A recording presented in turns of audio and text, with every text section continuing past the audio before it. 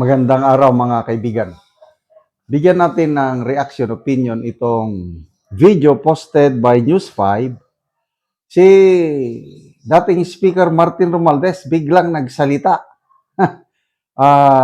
Romesbak sa PBBM admin, kasama na si Boyeng Rimulya dahil hindi siya pinayagan na palabasin ng bansa eh. So ito na, magkakaalaman na. Sabi niya dito sa kanyang payag is, how can I be the mastermind? Hindi ako mastermind. O pakinggan natin ang kanyang payag. Magandang araw sa inyong lahat. For a long time, I chose to remain silent. I did so out of respect for the legal process.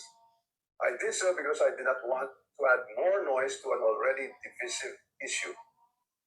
I did so because I believed that if I cooperated fully, submitted myself to the proper authorities, and answered every question asked of me, the truth would eventually speak for itself. But there comes a point when silence is no longer prudence.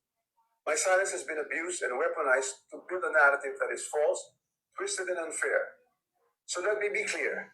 I will not keep quiet anymore. Wow! I will face this head on, and I will speak with facts because the truth deserves to be heard. Today, I am taking this opportunity to speak directly to the Filipino people. From the start of this controversy, I have been cooperative. I personally appeared before the proper authorities. I voluntarily submitted my affidavit to the ICI. I provided the information and documents asked of me. I did not hide. I did not run. I did not evade scrutiny. I faced it head on within the proper channel because I know there is no evidence that proves I committed plunder, conspiracy to commit plunder, or any similar offense that the Ombudsman may be contemplating against me. Yan na. And because I have nothing to hide, I am today authorizing the immediate public release of the affidavit I submitted, together with all supporting information so that the Filipino people can judge for themselves who has been transparent and who is simply being politically targeted. Now let us address the most absurd accusation of all, that I am supposedly the mastermind of this corruption scheme. How can I be the mastermind? I was the former Speaker of the House of Representatives, but the House of Representatives is only one part of the branch of government, the legislature. The national budget is not conceived, executed, implemented, pitted out, supervised, and completed by one congressman or even by Congress alone, and certainly not by the Speaker of the House. I want to make this simple and clear. The national budget does not depend on just one person. The budget does not begin in the House. It begins in the executive. Yan. Agencies and departments prepare their proposals. The executive consolidates them into the National Expenditure Program, and that program is then submitted to Congress. From there, the House deliberates, but the House is not one person, and it is certainly not the Speaker alone. It is a collegial body made up of hundreds of members, multiple committees, vice chairs, and institutional processes. In fact, there are around 85 committees, each with its own jurisdiction, leadership, and members. No speaker can personally control every committee, much less direct the actions of other branches or government agencies. Tigilin muna natin. Parang nagle-lecture siya tungkol sa budget process. Sinasabi niya na the speaker do not control the house. May kanya. We were not born yesterday. Na maniwala, ito, akin lang ito. Hindi ako maniwala dito sa sinasabi niya. Paano ako maging mastermind? Sabi niya na, si Saldi ko na nga nagsasabi. Yes, pwede kayong magsalita ng ganyan. Ba't bahala ang taong bayan kung maniniwala o hindi? Tignan lang natin ang mga... Dali basa tayo sa mga comments. Dahil kay Speaker, sikat na sakit yan. Nang dahil kay speaker may AX, nang dahil kay speaker may AKAP, may ayuda. Ay, nako. Aiza Duterte, kala mo naman talaga maniwala kami sa iyo. Oh, hindi ako naniniwala sa taong ito. Mm. Nosebleeds. Ka-senaryo, Igbos, kwento nyo na lang sa mga bagong silang. Correct. Oh, at least sinasabi niya na sasampahan ako ng kaso ng ombudsman eh. Ayos naman yung ginawa ng ombudsman, hindi niya pinayagan na magbiyahe. O, kaya ito, nagsalita na siya. Palaban na. O, sinasabi niya dito is, ang budget is, ginagawa yan, sinisimulan ng executive. So, maganda ito. Nagtuturuan na sila. So, lalo na kung makabalik dito si Saldico, sana totoong nahuli siya. Nako, magbanggaan na sila.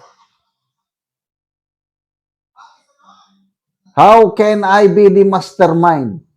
Siguro nga, may mas mataas pa. Kung si Attorney Guanzon pa ang pakinggan natin, sabi niya, may nagplano, may nagutos, may nagplano, may nag-execute. Yan yung tatlong mastermind na yan. Sino ang nag-execute? Si Saldico. Kung ano yung plinano, in-execute ni Saldico.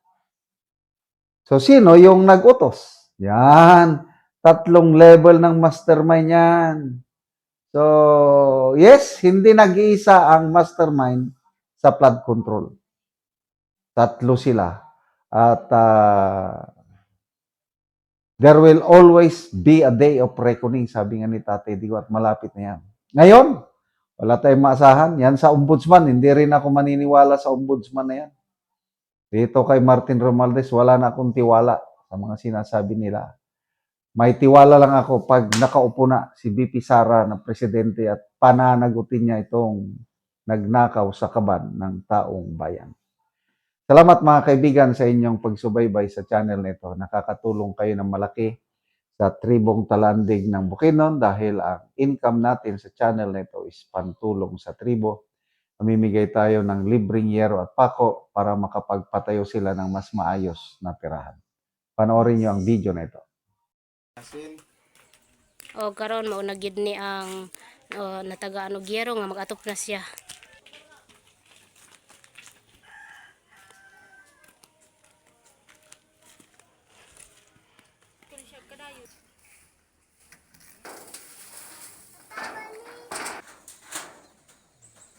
Indo din sunod ati sa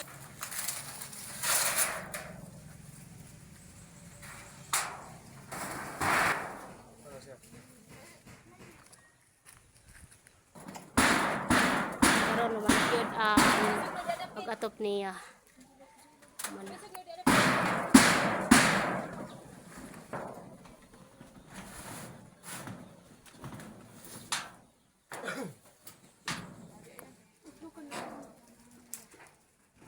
So gitemporary ra ni Leila kay mo ni ang ilang abuhan. So karon na human na gyud ang imong giatupan nga imong abuhan. Salamat sa Ginoo nga taga nagitusin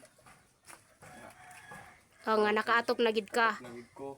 O so imong gitemporary lang nga pagkuan imong abuhan. Ako lang nigi temporary kay Paitaan pa na ako ni taligkaw kay ako pa ni temporary. Oo. So pila ka tuig na ni ang imong balay nga aya pagid ka nakakuan nakaabo. Mga isa. So 1 year so aya pa ka nakaabok, So nakaatop og abuhan. Oh, Oh so pila na imong anak? isa pa. So isa. Salamat sad ko kay nana sad ko'y abuan. Kay kung wala niyang sin, wala gid ko'y abuan. Oo. Tungod sa kalisod aya pagid ka nakaatop. Karon pa gid ko nakaatop. karon pagid ko'y naka-atop nga pasalamat sad ko sa video. Sige, salamat po.